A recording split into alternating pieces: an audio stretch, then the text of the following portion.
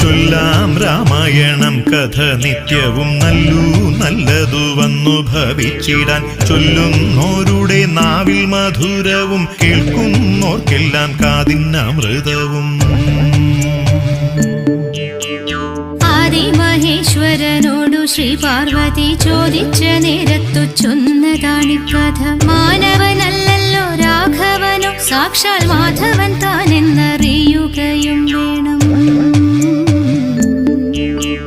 രാമരഘുത്തമ സൂര്യകുലോത്തമ രാജീവലോചന രാവണ ഭഞ്ജന. രാമരഘുത്തമ സൂര്യകുലോത്തമ രാജീവലോചന രാവണ ഭഞ്ജന. ത്രേതായുഗത്തിൽ അയോധ്യാപുരത്തിങ്കൽ ജാതനായി കൗസല്യാനന്ദനായി രാമൻ സോദര രാം ലക്ഷ്മണാദികളോടൊത്തു മോദം കലർന്നു വളർന്നല്ലോ രാമനും.